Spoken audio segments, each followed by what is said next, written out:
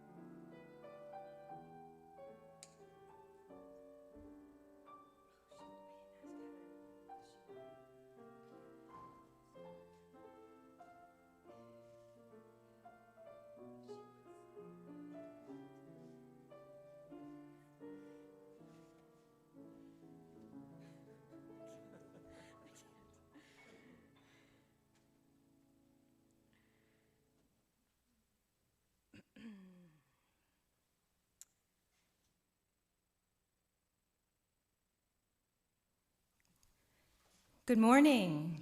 Good morning. This is your friendly reminder to please maintain your mask over your mouth and nose for the duration of the service, and at this time to please silence your cell phones and turn off your Wi-Fi connections. We are so glad you're here today.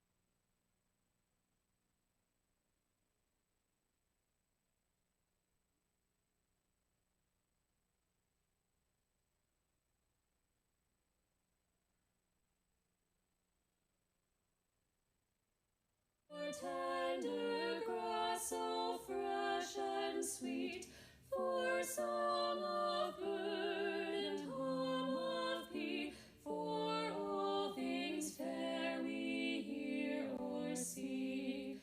Giver of all, we thank thee. For blue of stream and blue of sky, for pleasant shade of branches high, for fragrant blooming trees, Giver of all, we thank thee. For this new morning with its light, for rest and shelter of the night, for health and food, for love and friends, for everything thy goodness sends. Giver of all, we thank thee.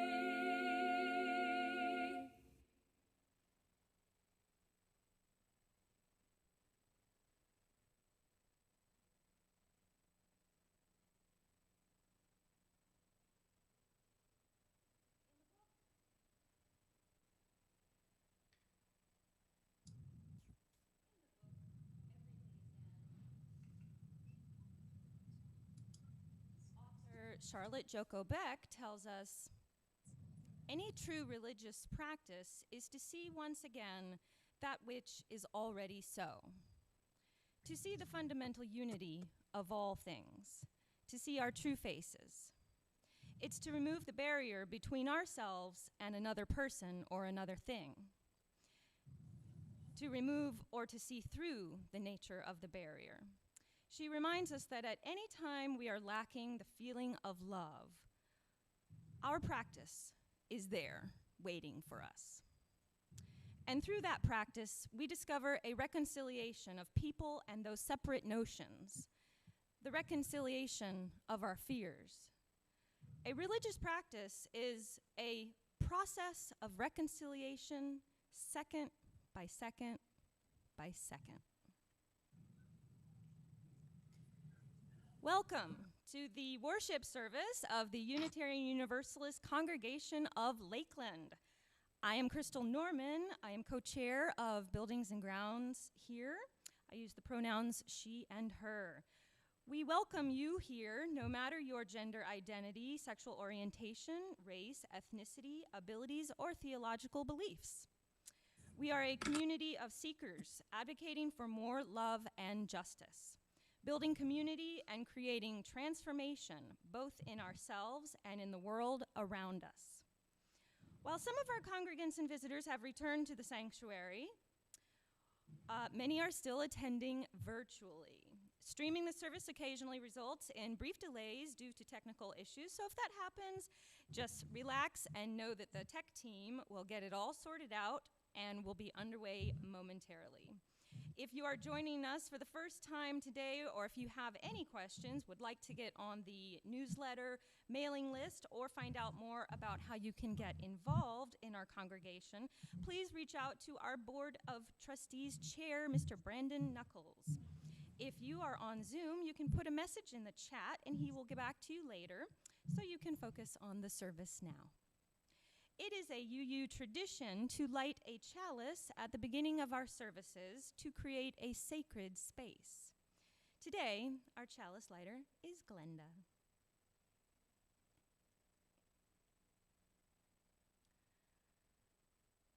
By the light of this chalice, we prepare for the future. We prepare ourselves for the times of triumph and times of trial that might come. We prepare ourselves to be present to one another with loving hearts, even in the most difficult of times. We prepare ourselves to make the connections that will lift us out of isolation and prepare the path of justice and equality.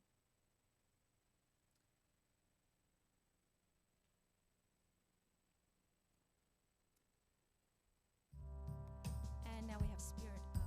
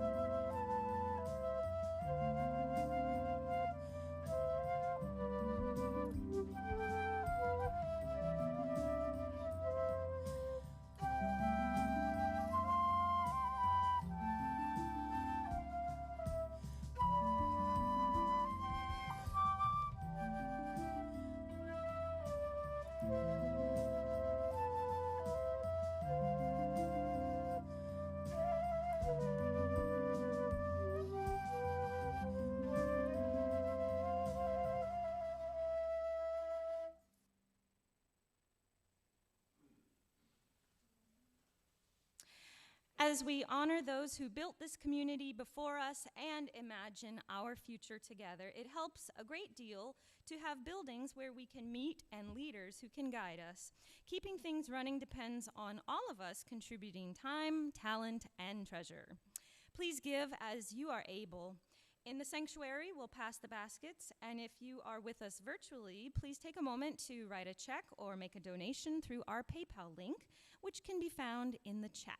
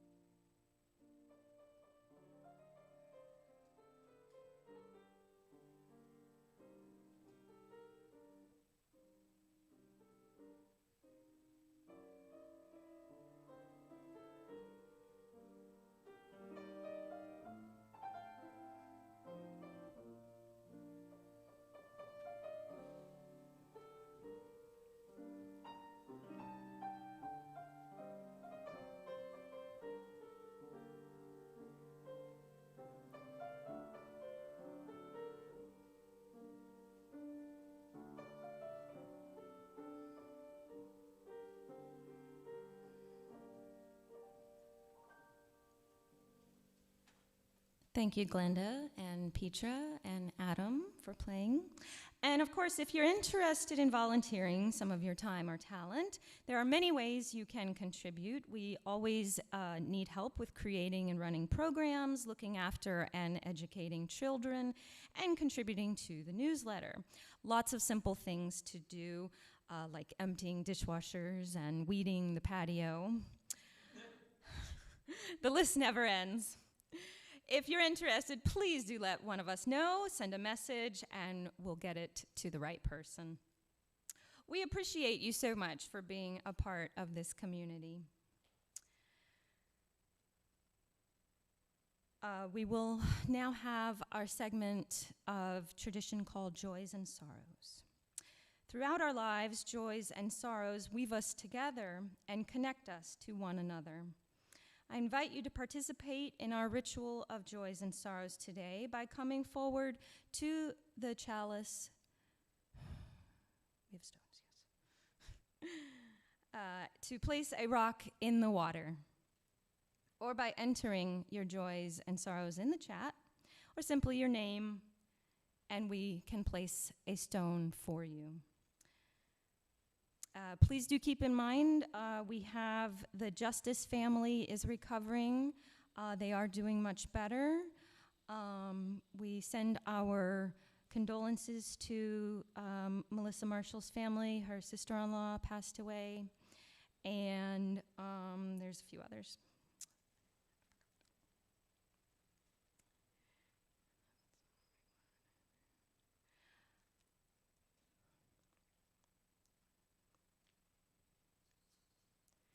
The Walter boys are also feeling better, and Rachel is recovering.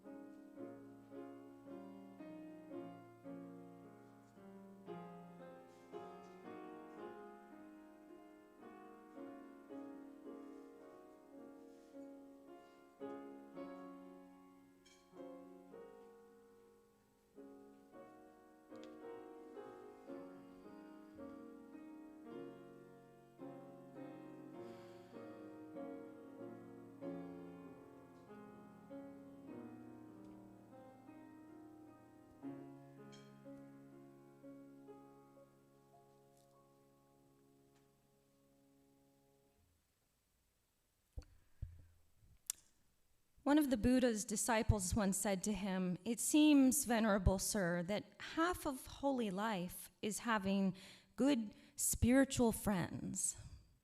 The Buddha replied, "In fact, the whole of holy life is having good spiritual friends." Each of us can benefit greatly from having good spiritual friends. Greg Daiken Hicks is an ordained Soto Zen priest in the White Plum Asanga. He joins us from his home in Tampa, where he lives and works at Beach Park Montessori School. Daiken is the head monk of the Hokori Zen group here in Lakeland and enjoys serving the Zen community at the Avon Park Correctional Facility as well. Daiken has been studying, practicing, and teaching Zen since around 1995. And he has also been given the designation of Qigong Master. Today we welcome Daiken.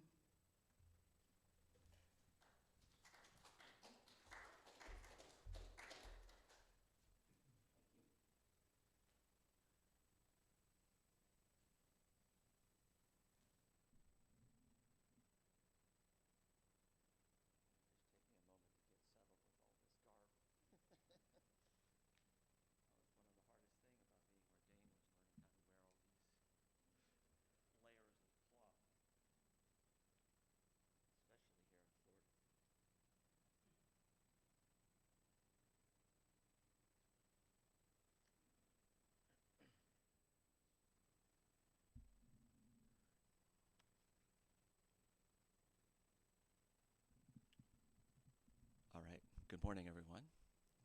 Thank you all for being here, and welcome to those of you that are joining via Zoom as well. It's a pleasure to be here, as always.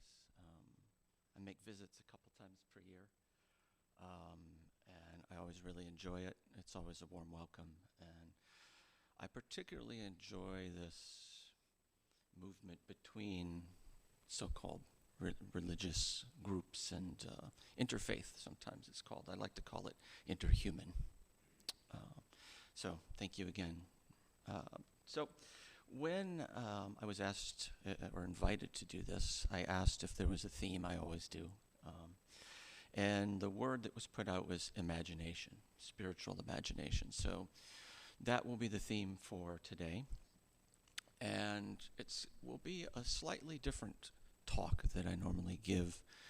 Often I speak of meditation practice of Zazen, the workings of the mind, how the meditation practice can transform the conditioned mind into a more liberated state, and tends to be experiential and sometimes even technical. But in the spirit of the topic, this will be a little different. I'm actually going to read some from a particular text, and I've titled this talk, Zen Mysticism, Imagining the Unimaginable. To begin, we're going to do a chant together, and often chanting, we do it actually before sitting, and sometimes during sitting, sometimes after sitting, but it's a great preparation for the body-mind to receive. Right? And certainly in a talk that's grounded in this sense of the imagination and wonder, it's especially nice to have that, to be able to receive with the whole body and mind and listen intimately. Now the text, which you will see soon, there we go. Yeah, it's almost all of it, is a chant that has no translation. Right, so it's just sounds. So these syllables that you see on the screen are just simply sounds. Right? No, mo, san, man, right? Sounds. And there's no translation.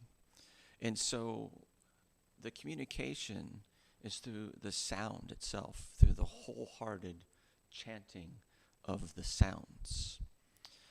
And in this sense, the communication and the so-called fruit of the chant is mysterious in its working. Right? And many in Japan believe that by chanting Dharani that it has this kind of mystical effect. And oftentimes it's chanted to avert calamity and disaster and affect goodwill, right? This particular chant is called the Great Light Dharani. And in this time we can certainly offer goodwill and chant to avert calamity. I'm thinking in particular of the folks in the Upper Gulf Coast as they face a tremendous challenge to come. So if we can extend our hearts, chant with our whole being, and dedicate this to them and all suffering beings. And there's certainly plenty of that to go around as well. So let's go ahead and do the chant. So if we can, oh, I see it up there. All right, so before we begin, I'll go through it, right, just so everyone has a sense of what the syllables are and how the syllables sound. When we begin, I'll introduce it, right? I'll introduce the title, and then ring the bell, and then we can all come in together. I'll keep the pacing with what's called the Mukugyo, right? And it will start fairly slowly, and then as we chant it, we'll start to pick up the pace and the energy builds, okay? So just so we're familiar with the syllables, no mo san manda moto na no harachi kotosha sononan toji to when gya ki yonnon shihura hara shihura jizusa jizuri sawada senji ya shireye somo ko. Okay? I know it's going to be difficult because it's 2 slides, right? Make sounds. We often, when new folks come to the community and we're chanting in Japanese, we just encourage them to vocalize, right, from the hara, okay? We'll do it 5 times. 5 times.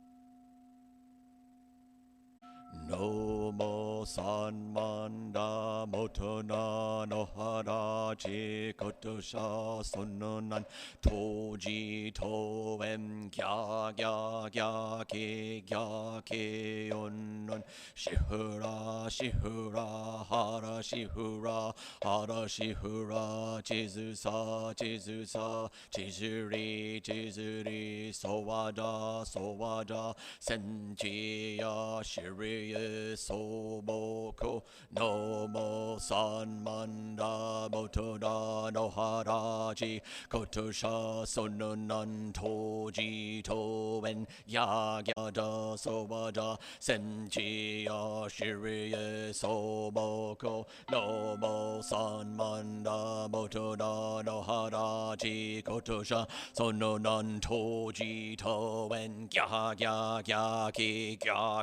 onnon shihura hara shihura jizusa jizuri sowada senji ya shiri soboko no mo san manda moto na no haraji kotosha sononan toji to en ki onnon shihura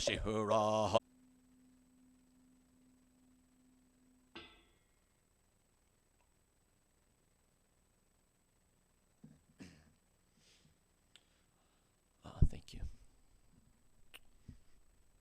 So, in reflecting on what spiritual imagination is and what mysticism is, I started really kind of listening and looking around and posing this question. I posed the question to my kiddos at the Montessori school of what mysticism is, right? And I, those of you that don't know me well, I teach in a 9 to 12 classroom. So it's a mixed age classroom of students aged 9 to 12. And while one might imagine that kids that age don't understand the idea of mysticism, some of the things that they came up with were, for example, the imaginary. Wonder was a word that came up. Otherworldly was another one that came up. And we had this really rich conversation around this sense of mysticism.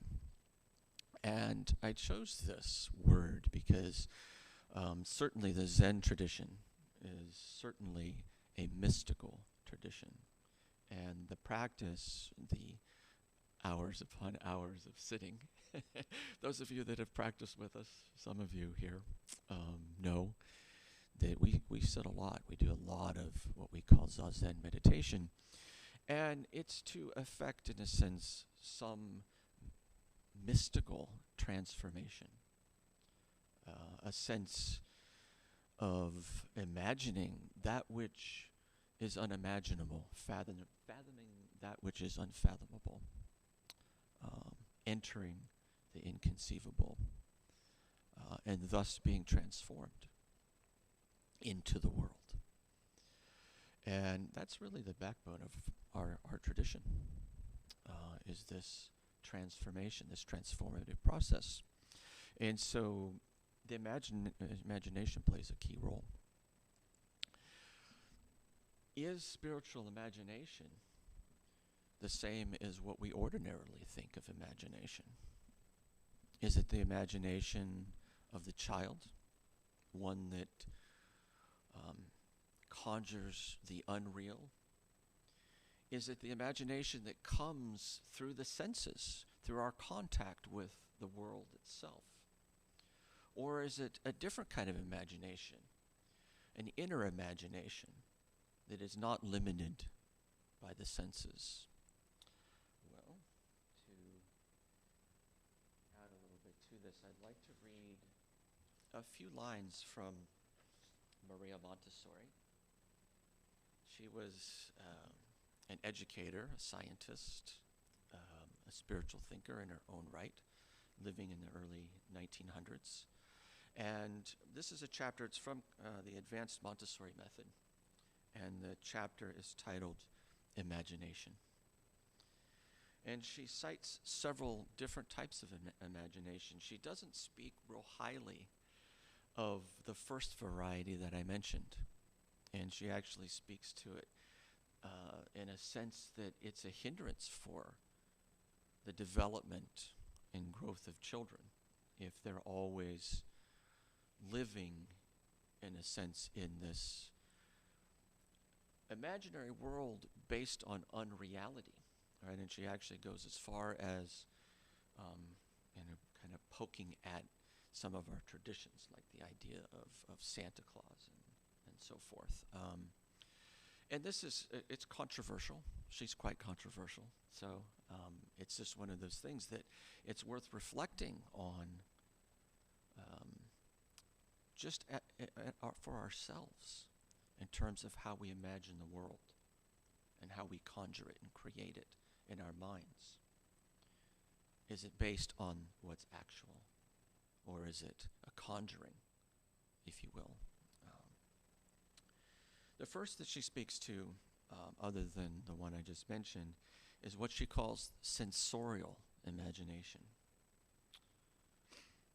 She says, in addition to the work of observing material reality, there is a creative work which lifts one up from earth and transports one into a higher realm which every soul may attain within its individual limits. Yet no one can say that one creates artistic products out of nothing. What is called creation is in reality a composition, a construction raised upon a material of the mind, which must be collected from the environment by means of the senses. There is nothing in the intellect which was not first in the senses. We are unable to imagine things which do not actually present themselves to us through the senses. It's quite a fascinating reflection. Sensorial imagination. And, if we think about artistic creativity, music, art, poetry, literature, and how so much of that springs forth from our interactions with the world, through the senses, through thought, through emotion. There are those who have had non-sensorial impressions, and they are those whose spiritual life was of great intensity. They have internal impressions which cannot be accounted as fruits of the imagination. She's referring to the sensorial imagination, but must be accepted as realities simply received. That they are realities is affirmed not only by the introspection of normal subjects, but by the effect upon their internal personality. And this is, of course, what we're talking about today.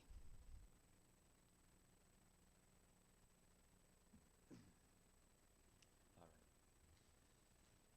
So the sutra that I'd like to read for you today is called the Mountains and Rivers Sutra. It was written by Dogen Zenji. He's one of the very important figures in our tradition and our lineage. He was a Soto Zen priest, a lifelong mystic. He lived in the 1200s and taught in the 1200s.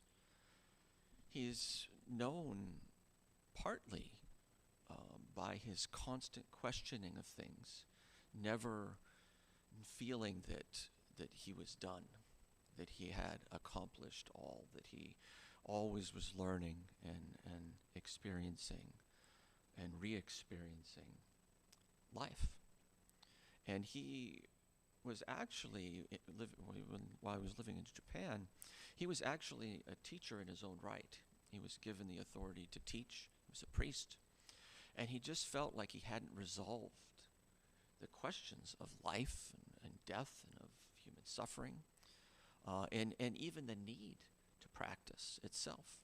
And so he traveled to China, where he met his teacher, Ju Jing, and eventually was transformed through practice and returned to Japan.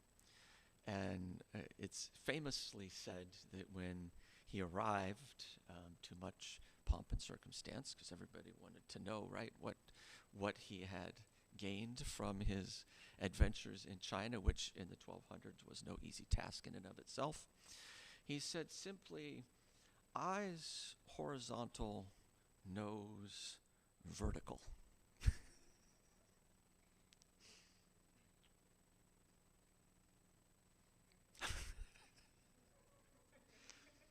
What more need be said? Of course, he then went on to found his own monastery and write countless pages of spiritual talk. So he had one shining moment. All right. I would ask us to, in listening to this sutra, it's not an easy read. It may sound metaphorical. It's not meant to be metaphorical. It's meant to be Dogen's direct expression of his practice, realization, actualization. It's his expression of the world as he's realized it. And in that sense, it's not just limited to the mountains and rivers as we know them, as we see them in the objective world. He's speaking about the lives of each one of us, your life, my life, and the nature of life itself. It's to be listened to differently. Not so much with the intellect, not so much to understand, to know, because in knowing and understanding we limit ourselves, which is why it's so challenging sometimes for us to enter into the inconceivable. Why sometimes when these type of mystical texts are read, they seem unapproachable. Often Zen koans, which are often thought of as riddles, they're not really riddles. They're direct expressions of the nature of life itself. They seem unapproachable. They seem like riddles. They seem like they're not understandable, precisely because we enter them through just the intellect, through understanding. So please, in a sense, relieve ourselves of the conditioned mind and listen with the whole body in mind. In our tradition we say, see with the ear and hear with the eye. Listening and seeing with the whole body and mind, one understands things intimately. Okay? Mountains and Rivers Sutra, Eihei Dogen. These mountains and rivers of the present are the actualization of the ancient Buddhas, each abiding in its own Dharma state, completely fulfills its virtues. Because they are the state prior to the kalpa of emptiness, they are living in the present. Because they are the self before the germination of any subtle sign, they are liberated in their actualization. Because the virtues of the mountains are high and broad, the power to ride the clouds is always penetrated from the mountains. And the ability to follow the wind is inevitably liberated from the mountains. Master Taiyang Shankai addressed the assembly saying, "The blue mountains are ceaselessly walking. The stone woman gives birth to a child in the night." The mountains lack none of their proper virtues. Hence, they are constantly at rest and constantly walking. We must devote ourselves to a detailed study of this walking. The walking of the mountains is like that of humans.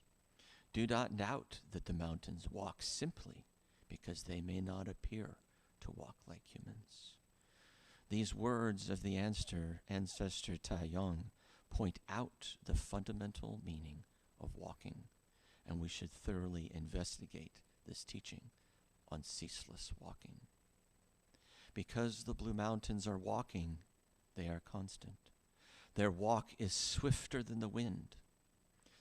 Yet those in the mountains do not sense this, do not know. To be in the mountains is a flower opening in the world. Those outside the mountains do not sense this, do not know it.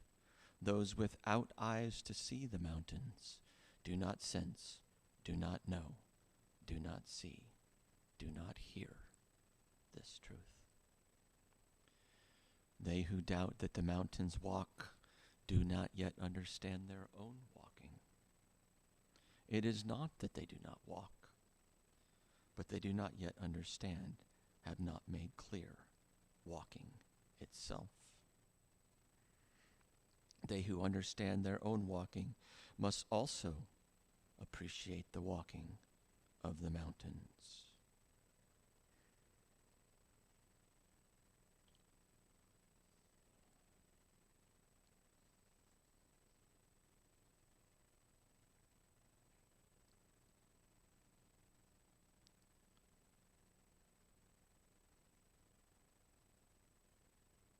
These mountains and rivers are the actualization of ancient Buddhas, each abiding in its own Dharma state, completely fulfills its virtues,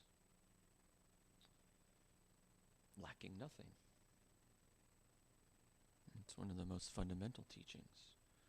This very moment, this very body, you, me, the world, all things, just as they are, without anything added or taken away, complete, lacking nothing.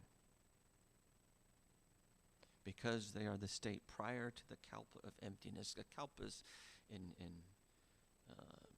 Buddhist mythology and mysticism and cosmology is just an unimaginable amount of time, right?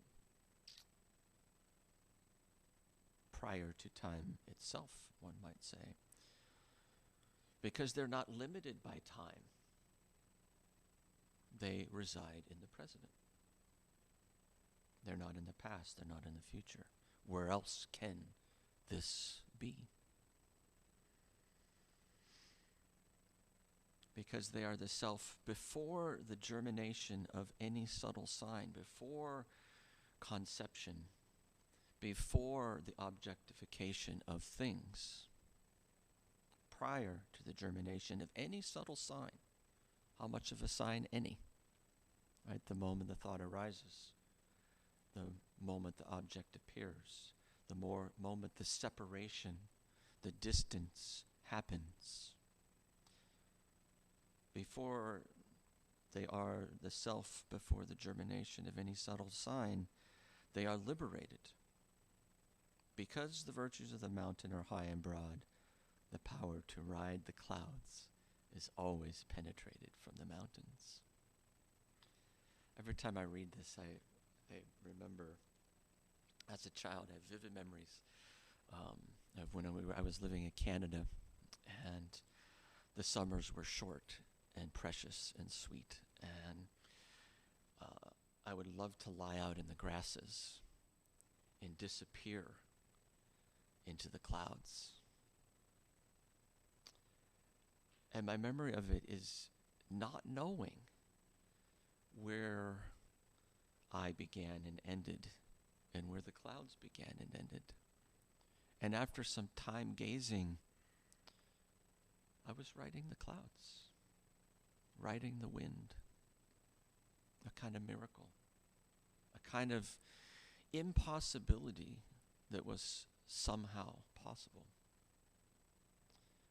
I remember telling adults this, that I was riding the clouds in a very, matter-of-fact way. Well, that's not possible, I was told.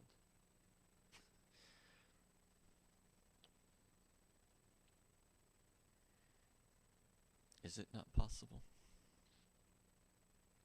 The Blue Mountains are constantly walking. What is this walking that Dogen is speaking of? If we are looking at the mountains as not just limited to physical mountains themselves, but as the whole phenomenal universe, as your life, as my life, as this very moment, manifesting into the world. What is this walking? What is this walking that's the walking of the mountains, that's your walking, that's my walking, that's swifter than the wind? What is he pointing to here? What aspect of human existence, presence, being is he speaking to? What sort of movement, undercurrent, stream, spaciousness? The stone woman gives birth to a child in the night.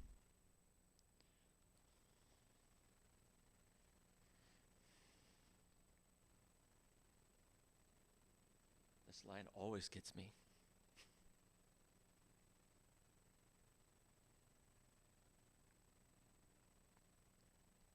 This can only happen in the night. What is the nature of the night? Right?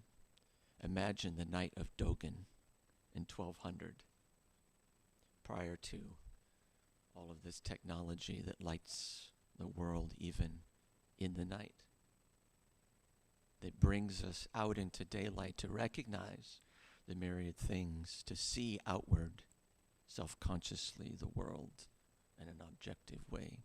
But you can imagine Dogen's world where at night, literally at night was truly in the night.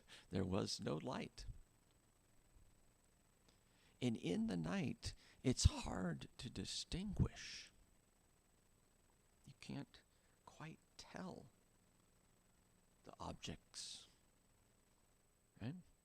You can't make out. And in complete darkness, you can't see the differences at all. You might not be able to see the hand in front of your face. And so this in the night is the condition, or pointing to the condition prior to conception. Dogen writes in his Genjo koan that to study the Buddha way is to study the self. To study the self is to forget the self. Forgetting the self, one is realized and actualized by the 10,000 things. That's the whole phenomenal universe. In this forgetting of the self, he's speaking to the forgetting of self-consciousness, reflective self-consciousness, the one who knows. And in that process, it's also a forgetting. Please know that I'm not saying getting rid of. I'm not saying an annihilation of, a transcendence of those things. I'm saying a forgetting, right? It's a forgetting that happens in a moment of time, right? It's not that it disappears forever. It's forgotten in a moment. When it's forgotten, there are these conditions. And when it's not forgotten, there are. When the self is forgotten, when all of those things, imagine all that's in our mind, all the thoughts that were ever conceived, all the sensorial impressions that are stored in the storehouse, the repository consciousness of our mind, all the conditioning, all the beliefs, the desires, the traumas, what we want, what we think should be, how we think others should be. If only they were this way, then this could happen. All of it. Imagine if it's forgotten, even for a moment. All of it drops away. We say the dropping away of body and mind. Shinjin datsuraku. The dropping away of body and mind.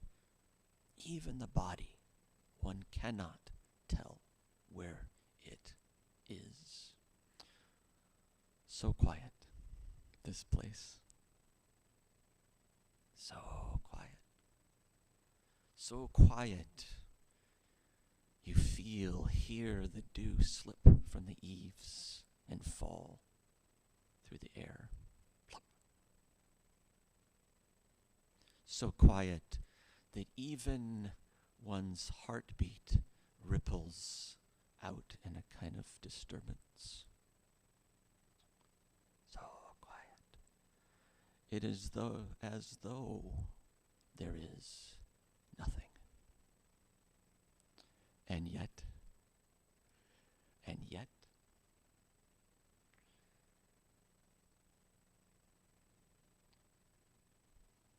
it's a miracle. It's just a complete and utter miracle. The stone woman gives birth to a child in the night. In Japan, in the tradition in Japan and in China, a stone woman is a metaphor for a woman who is not able to give birth. And so, in saying this, he's pointing to the inconceivable. That which cannot happen, happens. And it can only happen in the night. It can only happen in the night. It manifests in the light, but it's encountered and realized in the night. And so we practice.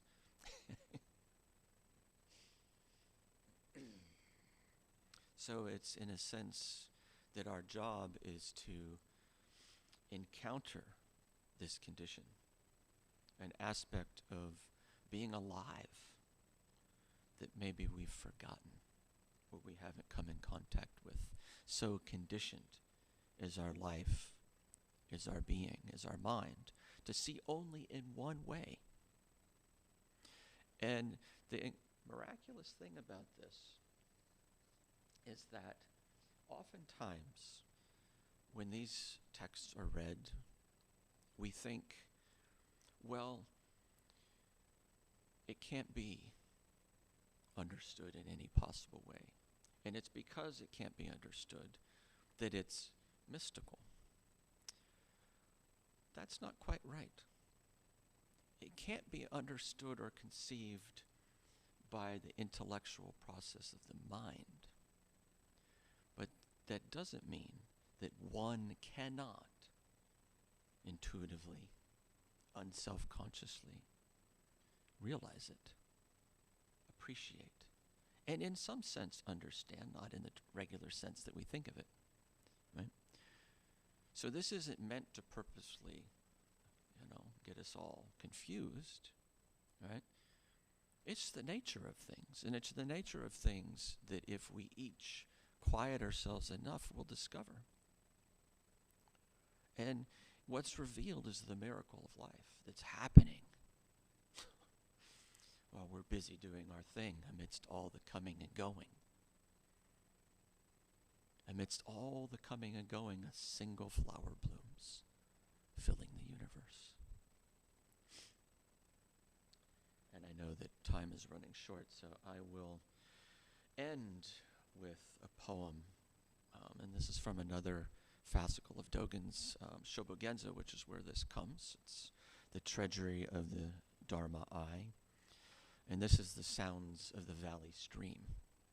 Dogen often wrote of nature. And this was the monk Toba from the 11th century, upon himself encountering this nature of life that we're speaking to. He says, "The voices of the river valley are the long, broad tongue. The form of the mountains is none other than this pure body. In the night, 84,000 gathas. On some other day, how can I express this to others?" So let us all take this opportunity, invite ourselves, invite each other to imagine, to open to the possibility, the potentiality of imagining the unimaginable, of entering the inconceivable, and in doing so, freeing the great potential of human life and of life itself. Thank you.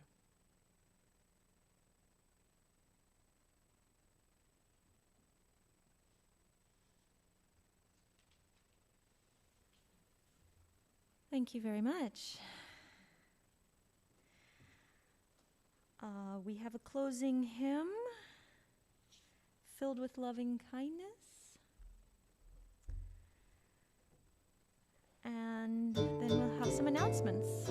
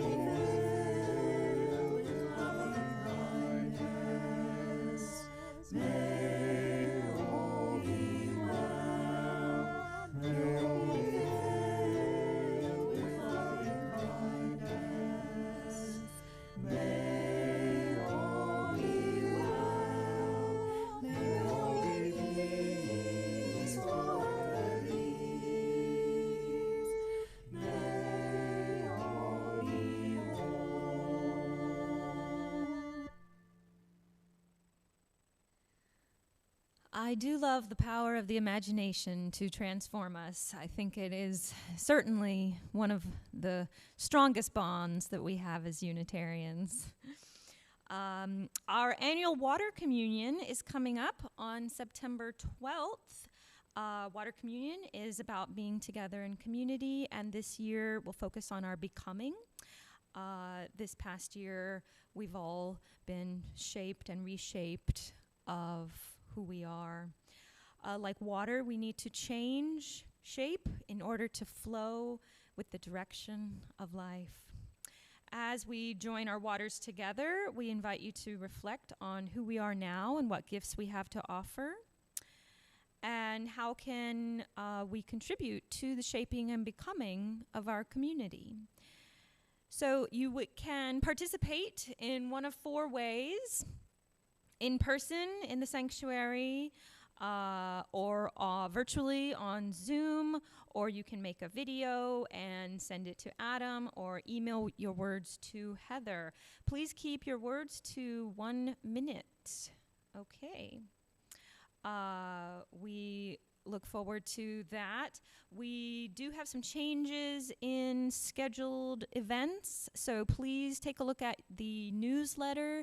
If you do not get the newsletter, please email us, call us. We'll make sure you can get that in email, or if you need it printed, we are happy to provide it printed as well. So keep an eye on the newsletter for changes in the schedule. The worship committee will not be meeting on Wednesday, September 1st. They will be gathering on Zoom next September 8th. So all of the links are in the newsletter. UUCL will be participating in the Lakeland First Friday event on September 3rd. It is downtown Lakeland in the Munn Park area from 6 p.m. to 9 p.m. We do need volunteers to represent and promote our community values at this event. So please contact Vaisel, and there's more information at downtownlkld.com. Okay, so we're going to extinguish our chalice.